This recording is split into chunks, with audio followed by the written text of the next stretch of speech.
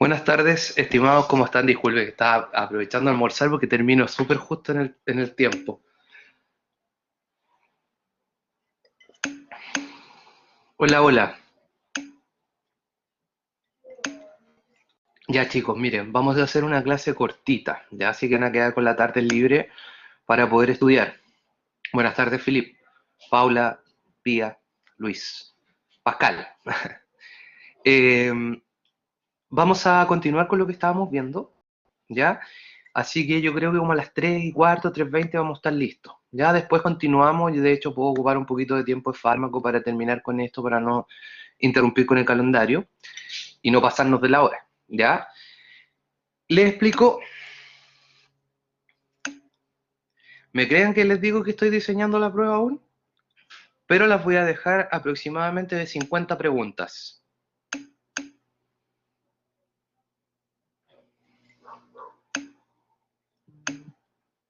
50 preguntas, 2 horas, 120 minutos. Yo creo que están regalones con eso, ¿no? Ya.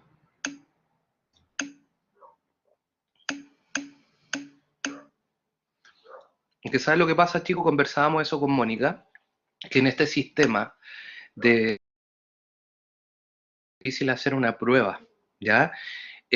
La forma más fácil de poder evaluar a los estudiantes son con pruebas de desarrollo, pero ustedes son más que los Pokémon, así que no terminaría nunca de revisar las de desarrollo. Por lo tanto, ustedes tienen,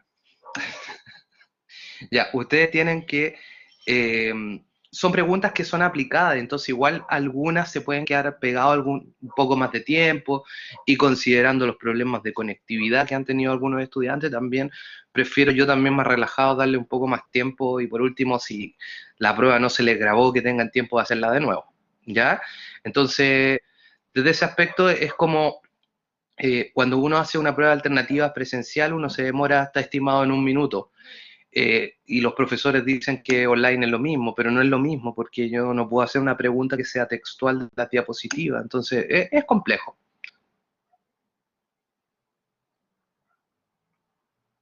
¿A qué se refiere con eso, Luis?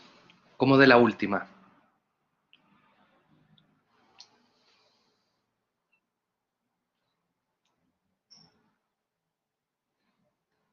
Son preguntas alternativas, solamente que son aplicadas. ¿Ya?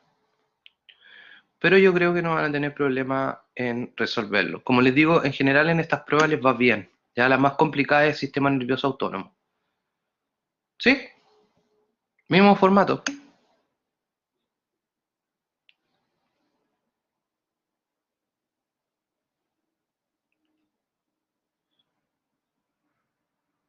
¿Por qué? ¿Qué pasó con la formato IPMF? ¿Qué pasó con IPMF,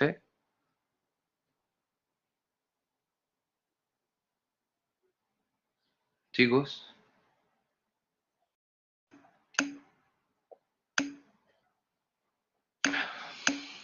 La tiró y se retiró lentamente. Ah, ya. Ok.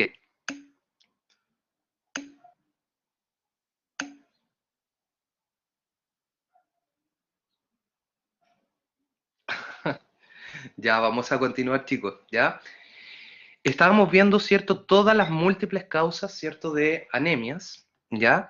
Y yo les expliqué un poquito todo lo necesario, ¿cierto? Para producir la eritropoyesis. Y les expliqué, ¿cierto? En grandes rasgos cómo íbamos a abordar el tema de las anemias. ¿Ya?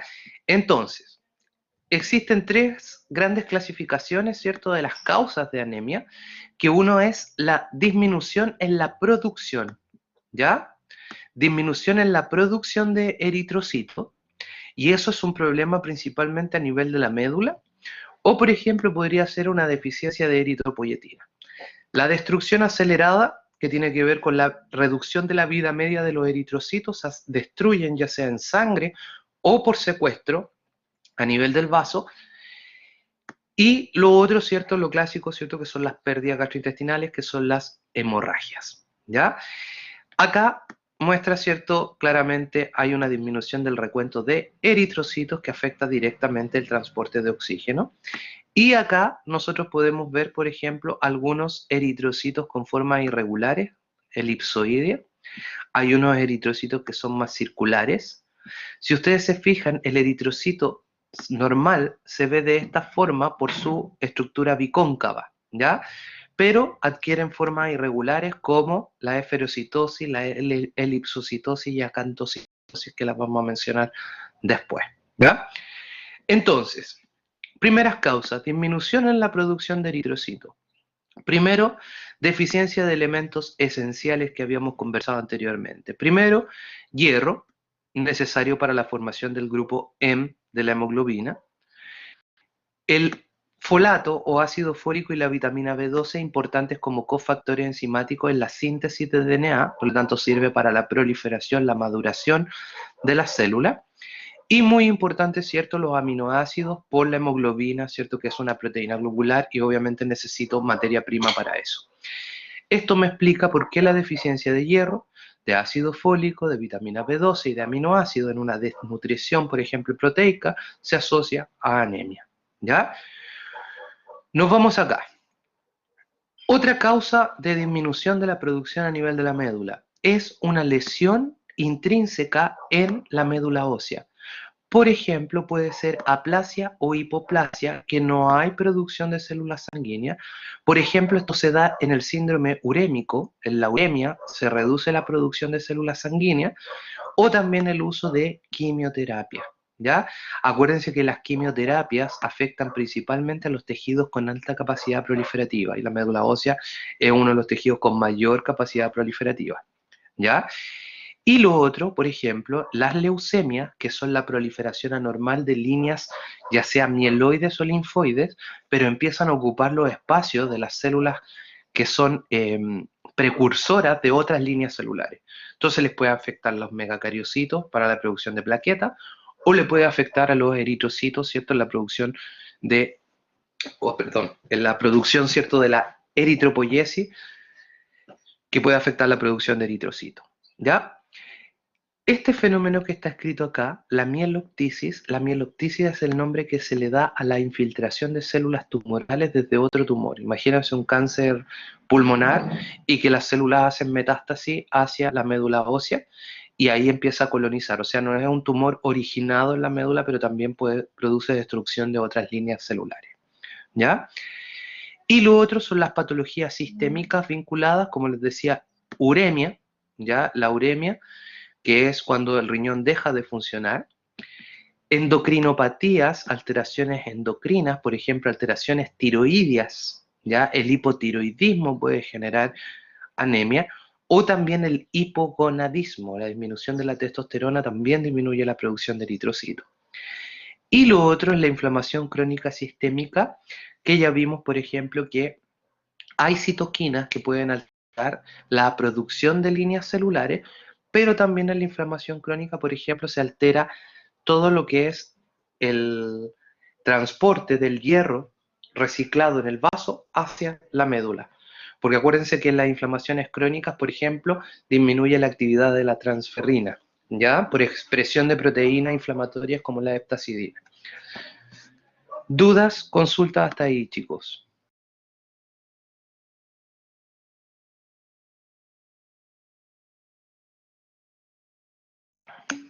Ya, perfecto. Anemias, las más comunes de todas las anemias son las anemias de tipo nutricional. Y dentro de estas tenemos, por ejemplo, la anemia ferropénica, que es por la disminución de las reservas de ferritina en el cuerpo. ¿Y quiénes sufren esto? Por ejemplo, hay que considerar que hay poblaciones de riesgo. Poblaciones de riesgo, por ejemplo, son lactantes, mujeres, por ejemplo, en edad reproductiva, el embarazo, ¿ya? Hemorragias gastrointestinales. Yo les dije que en un adulto, ¿cierto? Lo más común son el sangrado crónico intestinal, ¿ya? Pero también en la mujer embarazada o en el lactante aumentan los requerimientos de hierro y puede que esos requerimientos no sean suficientes, ¿ya?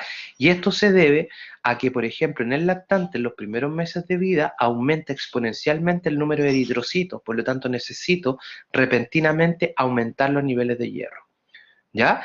Y en el caso de la mujer embarazada, ¿cierto? Hay también modificaciones cardiovasculares y eso también aumenta los requerimientos de hierro y también hierro pasa hacia el feto, ¿ya? Entonces, por un aumento de requerimiento eventualmente puede ocurrir, pero lo que recomiendan normalmente a mujer embarazada, por ejemplo, consumir alimentos con hierro, el hierro de los productos animales, ¿cierto? La carne, recomiendan consumo de carne. Ahora, si no hay consumo de carne, hay que tratar de suplementarlo de otra forma, ¿ya? De hecho, se da sulfato de hierro, ¿ya? Ahora, otras causas es la ingestión deficiente, pero como yo les decía, más que por disminución del hierro en los alimentos, es por un síndrome de mala absorción, ¿ya? La enfermedad de Crohn, por ejemplo, genera una mala absorción de hierro. El uso crónico de omeprazol, que eleva el pH del estómago, también reduce la absorción de hierro, ¿ya?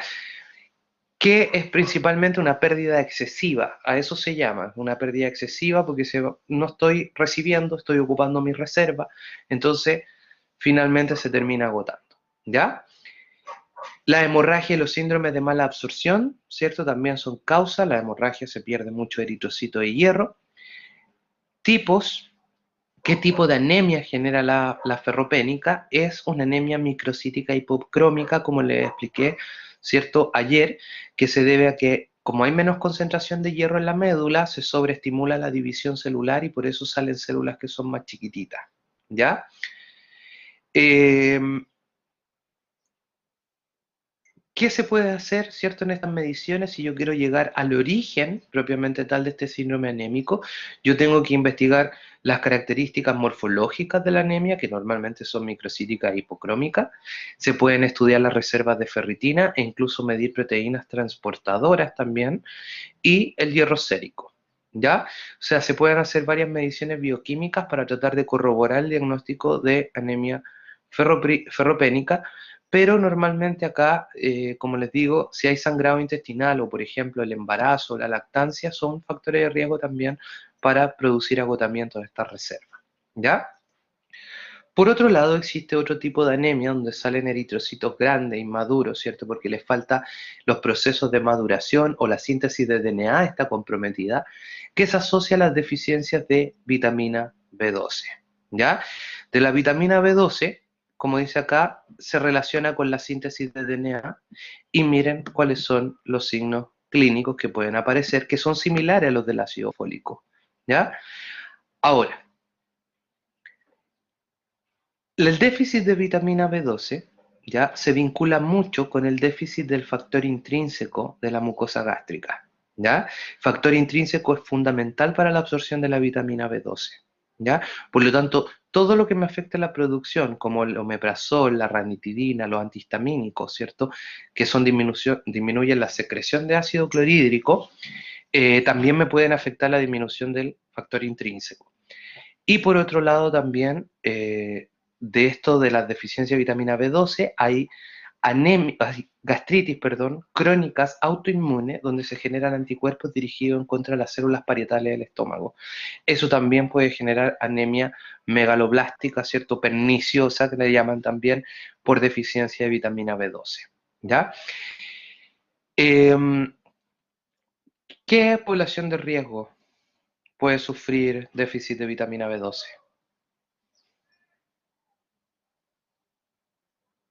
Chicos, exacto. Exacto, exacto. Veganos y vegetarianos, exactamente. Recuerden que la vitamina B12 es de origen animal, por lo tanto pueden sufrir deficiencia. Ahora, se puede compensar porque ahora hay como preparaciones especiales de levadura para personas veganas o vegetarianas, que la levadura tiene un gran aporte de vitamina B12 y de hecho también la vitamina, vienen vitaminas en polvo que sirven para suplementación también, ¿ya? Bueno, pero supongamos que un vegetariano, ¿cierto? Que no se complementa la nutrición, está en riesgo de sufrir este tipo de anemia, ¿ya?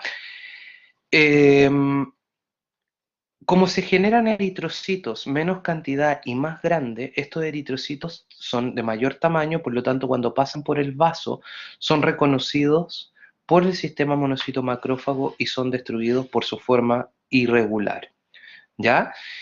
Eh, ¿Qué es lo que se genera? Como se produce una destrucción acelerada a nivel del vaso de estas células que son grandes, ¿cierto? se va a producir hiperbilirrubinemia, se produce una hemólisis, se acelera la destrucción y eso aumenta la producción de bilirrubina indirecta, que es la bilirrubina que se libera inmediatamente de la hemólisis, ¿ya? Entonces puede haber una hiperbilirrubinemia de tipo indirecta que se debe a la hemólisis de de estos eritrocitos inmaduros y gigantes.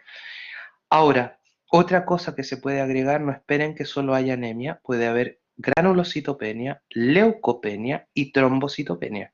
O sea, se pueden disminuir todas las líneas celulares porque todas necesitan de estos cofactores para la síntesis de DNA, ¿ya?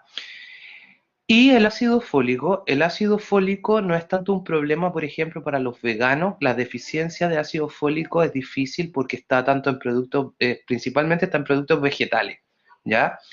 Pero las deficiencias de ácido fólico se dan principalmente por aumentos repentinos del requerimiento.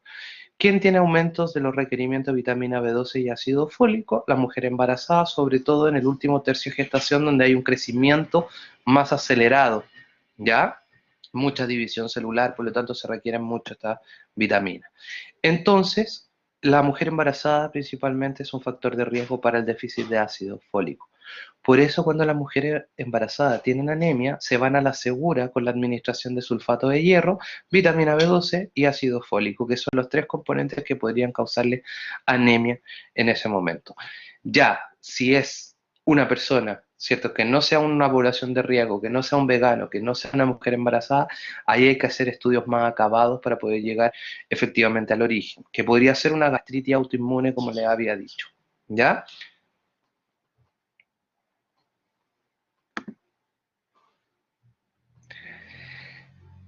Ahora, anemias por alteración del sistema hematopoyético, que también va a producir reducción, ¿cierto?, de la producción de eritrocitos desde la médula.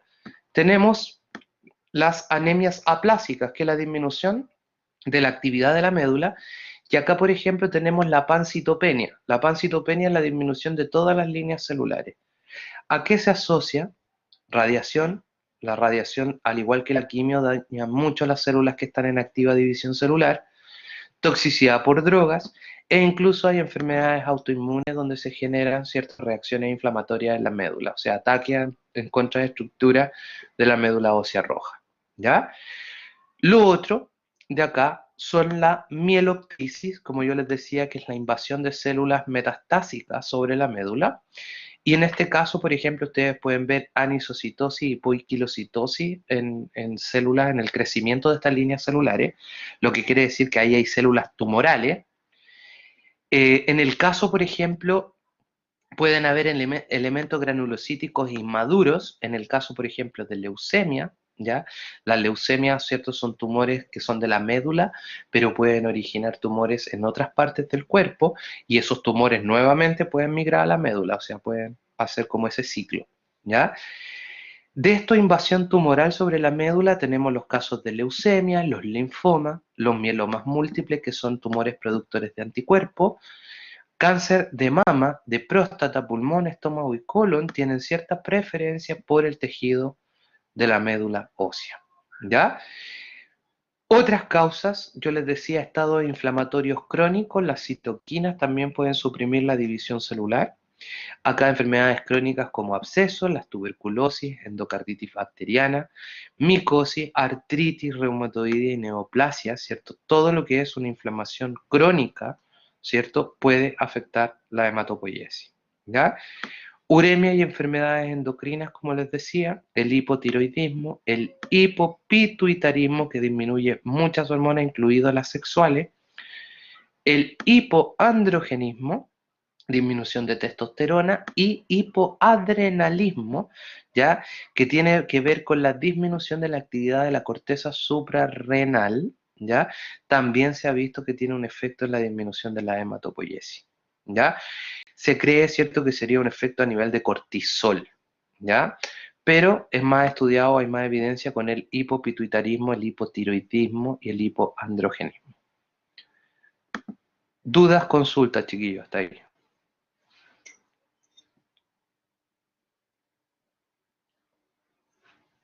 ¿Todo bien?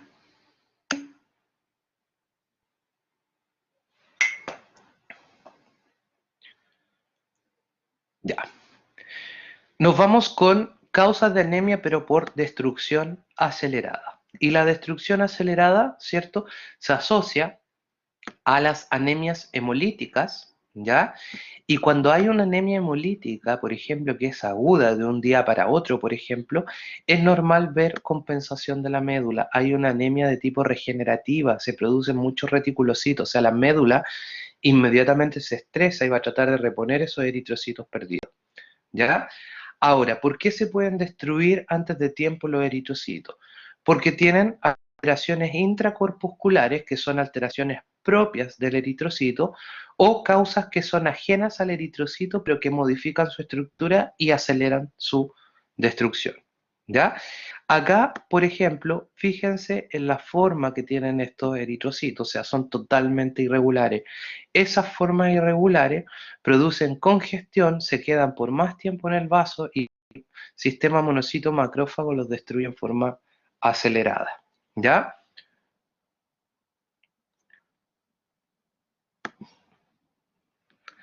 Ahora, intracorpusculares. Voy a ampliar un poquito para que se vea mejor. Estos son problemas del eritrocito propiamente tal. ¿Ya?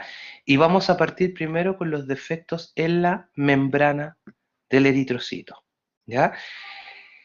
Hay un defecto en la formación de la membrana y son defectos congénitos y se llaman esferocitosis, elipsocitosis y acantocitosis. Ya que de ahí la vamos a ver. Por ejemplo, la esferocitosis son circulares los eritrocitos, en la elipsocitosis son alargados como media luna y la acantocitosis tienen como espículas. ¿Ya?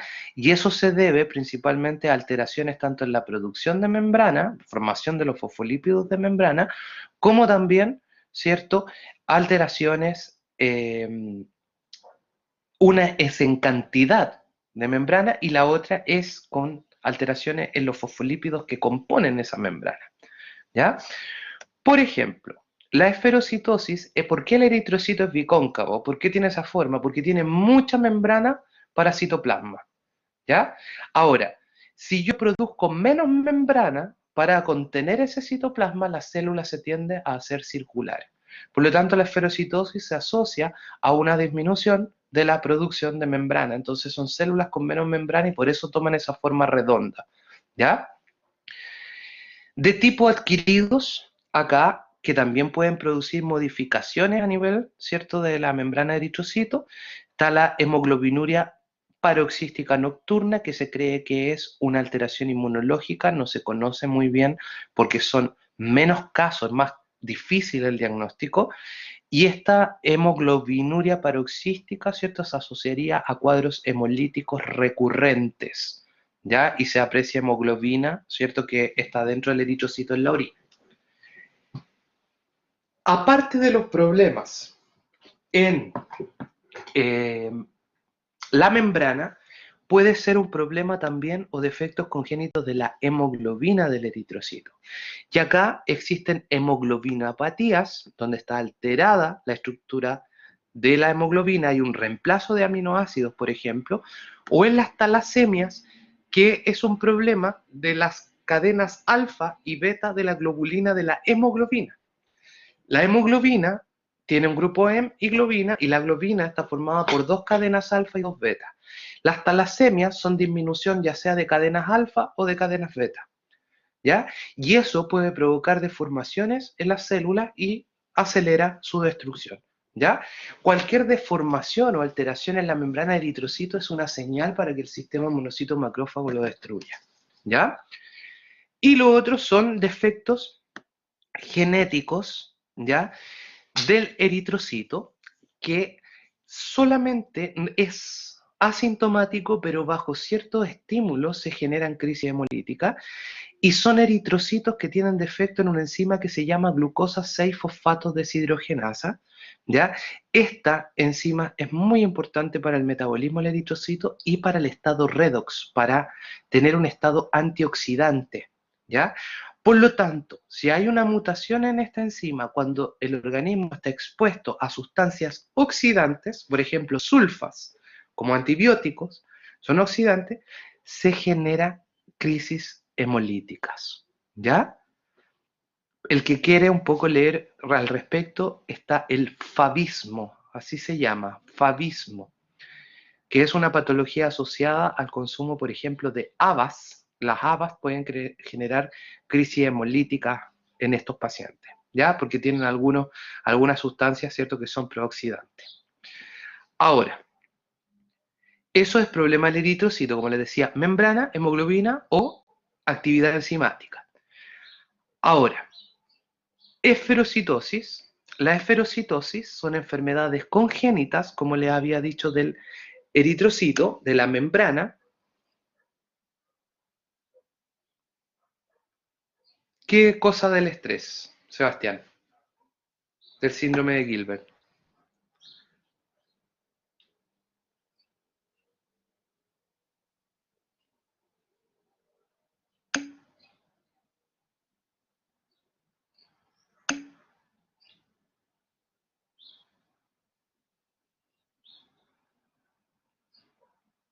Respecto a las crisis hemolíticas,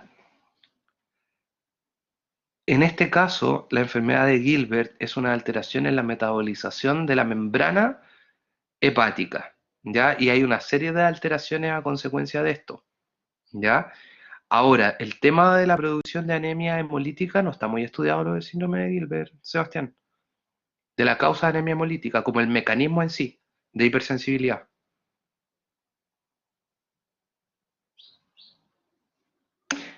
En este caso, una enfermedad, por ejemplo, que dice acá, enfermedad que entra en situación de estrés y se genera hemólisis, ya, de esos son enfermedades de súper baja incidencia, ya, se puede generar esa anemia hemolítica, pero los mecanismos no están bien dilucidados en este caso, ya, de hecho, falta mucha información todavía para poder entender del síndrome de Gilbert. Como dice síndrome, son muchos signos y síntomas.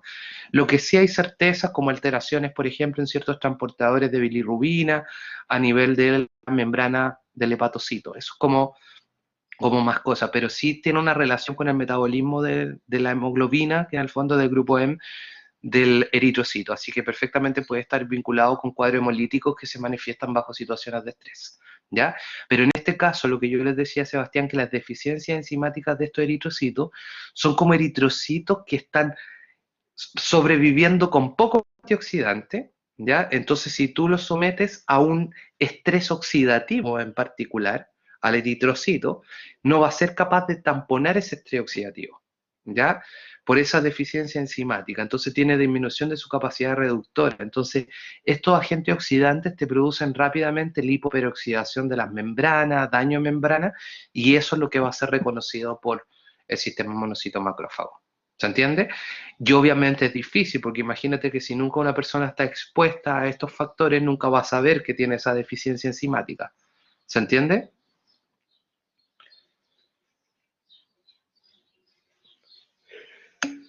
Ya.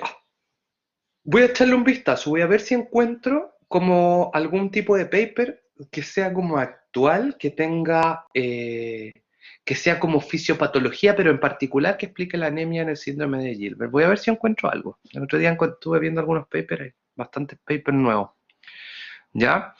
Em, Entonces, la esferocitosis, hay una alteración, ¿cierto?, en la cantidad de membrana que produce el eritrocito, disminuye la cantidad de fosfolípidos, por lo tanto, como hay menos membrana, para el citoplasma que tiene, se tiende a hacer una esfera, ¿ya? Redondeado. Ahora, esto causa anemia hemolítica, genera hiperbilirrubinemia, el aumento de la bilirrubina indirecta, ¿ya? Además, puede haber esplenomegalia. Esplenomegalia, como ya les decía, estas células grandes se congestiona el sistema, ¿cierto? Estos pequeños vasos sanguíneos sinusoides esplénicos. Y hay colelitiasis también, chiquillos, ¿ya? Puede haber colelitiasis, cálculos biliares. ¿Por qué? Porque la bilirrubina libre, al ser conjugada en exceso, porque hay mucha bilirrubina libre, y el hígado, si es funcional, va a ser capaz de generar mucha bilirrubina conjugada que se deposita en la bilis. Cuando la bilirrubina conjugada interactúa con calcio, puede formar cristales, o estas piedritas, perdón, de cálculos de bilirrubina y calcio. ¿Ya? Ahora, el 80% de los cálculos, chiquillos, biliares son de colesterol, ¿ya? Son menos comunes estos cálculos que son de bilirrubina, ¿ya? Porque interactúa con calcio. En el caso de la elipsocitosis y la acantocitosis son mutaciones, ¿cierto?, en estructura de glicolípidos o fosfolípidos de membrana que producen deformaciones del eritrocito en forma elipsoidal o acantocitosis que tiene como espícula la membrana, ¿ya?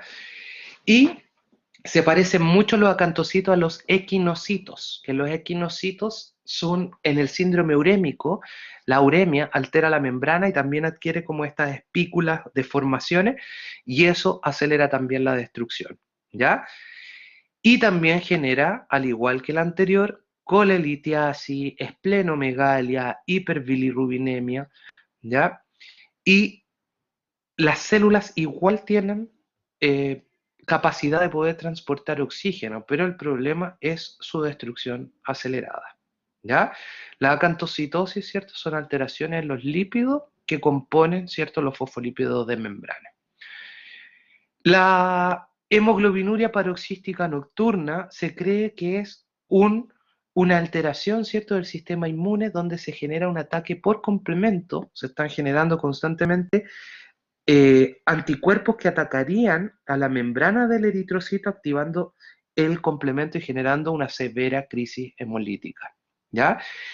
Esta acá no solamente se afecta a la línea eritrocitaria, sino que también los granulocitos y las plaquetas, ¿ya? Ahora, a largo plazo, esto predispone a ferropenia por la pérdida crónica de hemoglobina por la orina. Y por supuesto también el riesgo de falla renal o necrosis tubular nefrotóxica, ¿ya? ¿Dudas? Consulta, hasta ahí. ¿Alguna duda? Consulta, ¿no? Ok. Lo otro, los defectos genéticos de la hemoglobina. Estos también producen deformación del eritrocito y aceleran su destrucción, ¿ya? Existe lo que se llaman las hemoglobinopatías y estas hemoglobinopatías afectan a la globina principalmente y se produce una hemoglobina que se llama hemoglobina S, ¿ya? Donde su estructura tiene un reemplazo en la cadena polipeptídica de glutamina por valina. Esta hemoglobina se parece mucho a la hemoglobina fetal, ¿ya?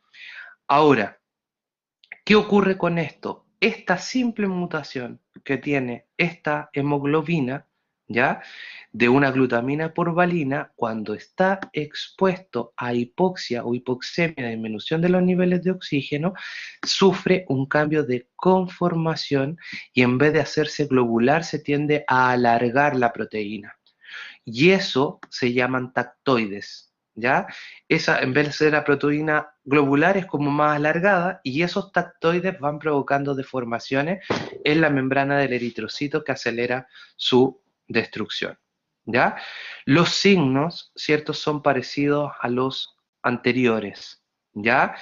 Son signos parecidos a los anteriores, como por ejemplo, hay cálculos, ya cálculos biliares, puede haber hiperbilirrubinemia, puede haber esplenomegalia, ya puede haber hepatomegalia, porque también se pueden acumular en sangre, que son reservas de sangre estos tejidos, ya, y lo otro es que puede también producir por estas modificaciones en la membrana, aumento de la viscosidad sanguínea y predisposición, por ejemplo, a trombosis, ¿ya? Eso es el caso de los tactoides, estos son de menos comunes igual. Acá no incluí las porfirias, que son las alteraciones congénitas del grupo M, ¿ya? Pero acá solamente estamos viendo lo de la globina. Las talasemias, como les decía, la cadena, o esta proteína globular, perdón, que es la globina, tiene cadenas alfa y beta, ¿ya? Y las talasemias son la menor producción de estas cadenas, ¿ya? Las talasemias mayores es cuando hay deficiencia total de un tipo de cadena. Por ejemplo, la globina no tiene cadena alfa y son puras betas las que se producen en reemplazo y eso genera una deformación de la proteína y posteriormente deformación del eritrocito, ¿ya? En algunos casos puede ser una talasemia menor donde está levemente disminuido, ¿ya? Y obviamente no es tan sintomática como la primera.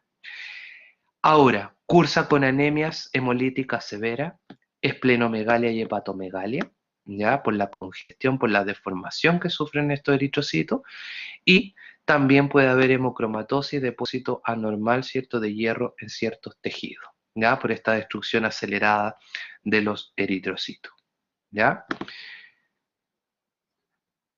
Y la tercera, como les decía, son las alteraciones enzimáticas, que es la deficiencia, ¿cierto?, de esta glucosa, de esta enzima, ¿cierto?, que tiene que ver con el metabolismo y la reducción o mantener los niveles antioxidantes dentro del eritrocito, ¿ya? Nos vamos a las causas extracorpusculares. ¿Por qué un eritrocito se podría destruir más rápido por otras causas? ¿Ya? Y acá, por ejemplo, tenemos el trauma intracardíaco. El trauma intracardíaco, chiquillos, por ejemplo, cuando reemplazan una válvula. ¿Ya? Una válvula artificial, por ejemplo, ponerla en el corazón, cada vez que pase la sangre, va a producir un daño mecánico de grupos de eritrocitos, ¿ya? Por la rigidez que tienen estas válvulas. Entonces, se produce un daño mecánico en el eritrocito, se genera pérdida de hemoglobina, ¿cierto? Que está liberada en la sangre por la orina, e incluso se pierde también hierro directamente por la orina, ¿ya? Otra, que es la de tipo microangiohepática, que nosotros ya la habíamos mencionado anteriormente, que se asocia a una inflamación de los pequeños vasos sanguíneos, y cuando los eritrocitos pasan por el lugar se destruyen porque están comprimidos, ¿cierto? Como que no pueden pasar, y ahí se produce la destrucción local del eritrocito. Dentro de estas enfermedades está el CHU, que yo se lo expliqué, el síndrome hemolítico urémico asociado, ¿cierto?, a la toxina generada por Escherichia coli en los bovinos. Acuérdense que yo les dije que en la S bovina hay una gran cantidad de estas cepas bacterianas. Se produce un daño en glicolípidos de las membranas de los capilares del riñón, se genera vasculitis, y esa vasculitis genera destrucción mecánica de los eritrocitos que van pasando por el lugar, porque ofrece más resistencia, ¿ya? En las púrpuras trombocitopénicas, que son alteraciones autoinmunes que atacan la membrana de las plaquetas y hacen que se destruyan, ¿ya? También, en este caso, se generan anticuerpos en contra de los vasos sanguíneos y pueden generar vasculitis porque se inflama la pared del vaso y reduce el lumen, ¿ya? Otras causas, la hipertermia, el shock térmico, ¿cierto? Un golpe de calor, eso también altera rápidamente la membrana de los eritrocitos y produce crisis hemolítica, ¿ya? ¿Pueden ser destruidos por mecanismos inmunológicos los eritrocitos? Sí, ¿ya? Por ejemplo, en el lupus eritematoso sistémico se pueden generar anticuerpos en contra de proteínas de la membrana de eritrocitos. Va a alterar la membrana, se van a destruir más rápido. Reacciones, ¿cierto?, a Mycoplasma pneumoniae. Ya el Mycoplasma pneumoniae, por ejemplo, se ha visto que puede desarrollar reacciones de hipersensibilidad con generación de anticuerpos que van a atacar, ¿cierto?, a los eritrocitos. ¿Ya?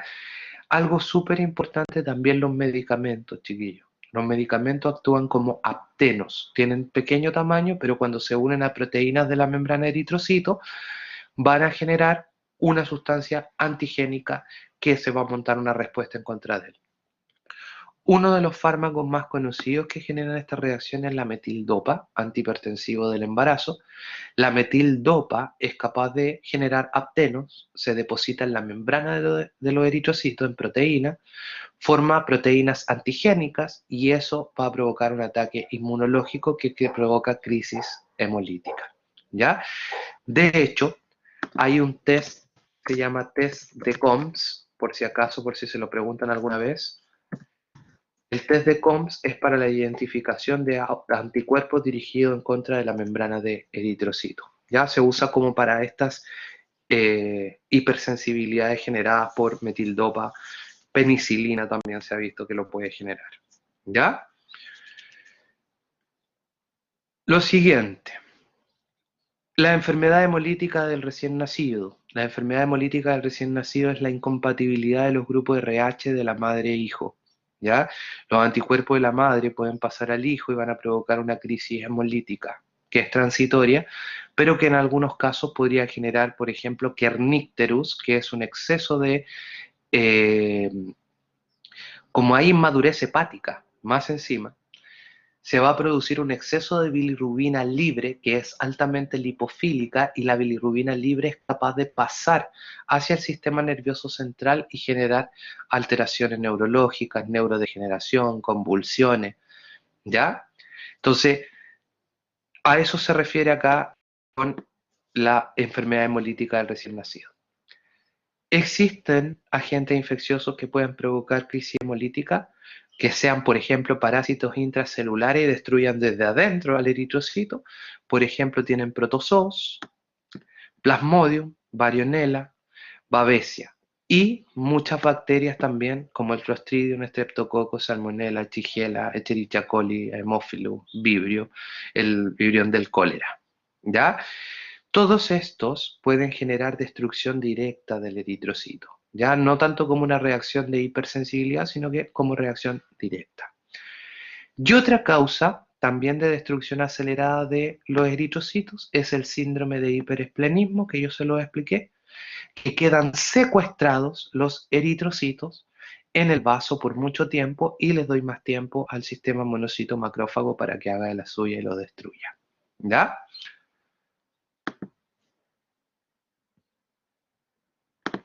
Eso. Acá tenemos, yo les expliqué que cuando aumenta la presión en la porta se generan conexiones portosistémicas con las venas esplénicas, congestiona el vaso y en los sinusoides permanecen por más tiempo los eritrocitos, aumentando la destrucción, ¿cierto?, mediada por monocitos macrófagos. ¿Ya? Ok, chicos, sé que ustedes están en otra, ya terminamos. Coagulopatías, la vemos después. Yo hablé con Mónica porque ya nos alargaríamos mucho y nos pasaríamos de la hora habitual. ¿Ya? Eh, ¿Qué nos queda? Nos queda ver coagulopatía y leucemia. Pasó corto. Me sentí muy solo a rato, si quieren que les diga la verdad.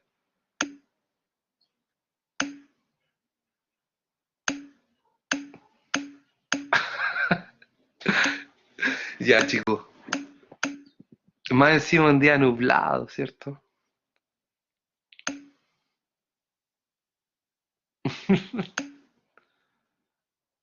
Sí, pues, sí, por eso yo le digo que esto en general es más rápido porque ustedes lo ven en todas las clases, lo ven en fisiología también se menciona, me imagino que en semio ustedes muchas patologías asociadas a anemia, entonces tienen que ahí ir buscando los vínculos, pero un poco para abrirles la visión de la cantidad y múltiples causas que hay de anemia.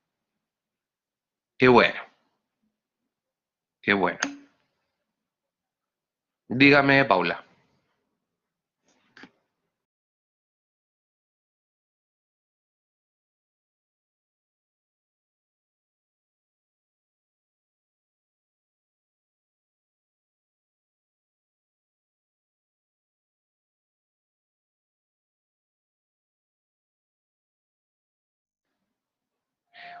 ¿Cuál de mielopatías, Paula? ¿Qué diapo es?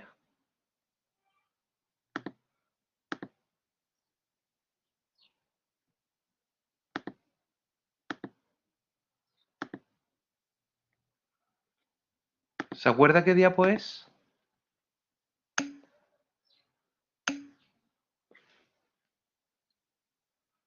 Voy a ampliar un poquito. Estas son alteraciones medulares, si no me equivoco. Está tan chiquitita la foto.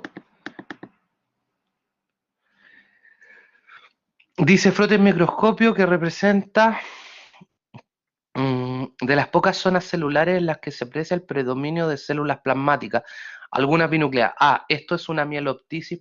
Ahora me acordé de un mieloma múltiple. Paula, que el mieloma múltiple genera células plasmáticas que son productoras de muchas proteínas, anticuerpos inespecíficos, por eso te genera hiperproteinemia. Pero también estas células son capaces de invadir la médula ósea roja, ¿ya? Que en este caso serían como esas células más redonditas, más grandes, porque acuérdense que los linfocitos tienden a ser más pequeñitos, redonditos y con un núcleo grande, ¿cierto? O que ocupa casi todo el centro. Ah, de algo me acuerdo aún. Y las células son más grandes. Estas que son más grandes y más claritas, esas son células en este caso de linfocitos o células plasmáticas ya tumorales. ¿Ya? Eso. Son muestras. Lo que pasa que después cuando nosotros veamos alteraciones mieloides, en alteraciones mieloides, por ejemplo, a veces se hacen biopsias de médula ósea para ver si efectivamente el problema es de la médula o es de la sangre periférica. Es como para descartar un problema de anemia plástica y se pueden tomar muestras.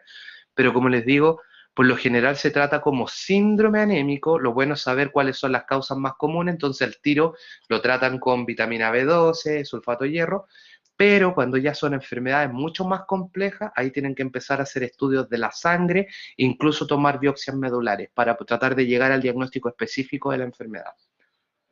Pero ahí ya tienes como la enfermedad, no viendo anemia como síndrome. ¿Se entiende, Paula?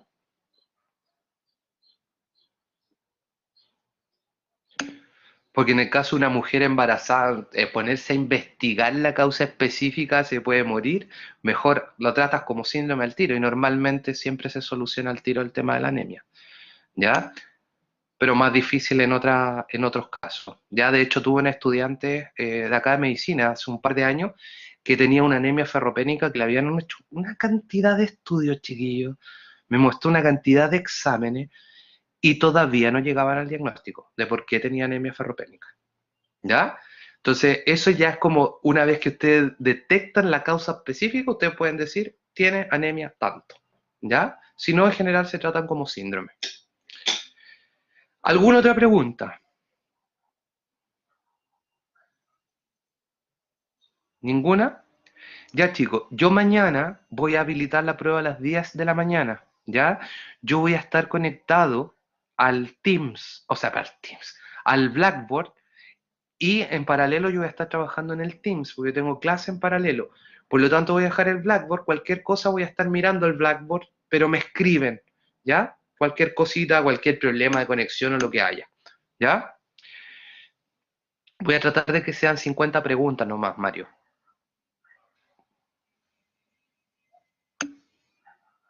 ¿ya?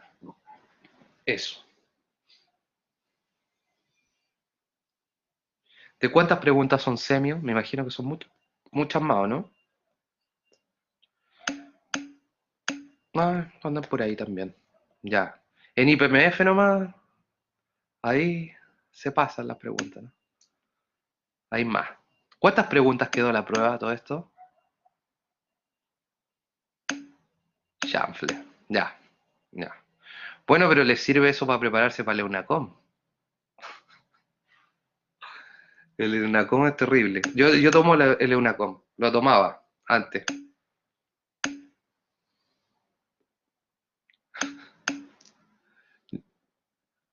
Un año a la vez. Ya, bueno, bueno. Ya, chicos. Éxito. Nos vemos mañana. ¿Ya?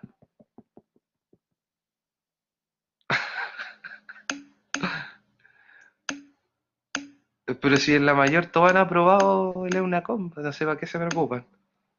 Ya. Chao, chiquillos.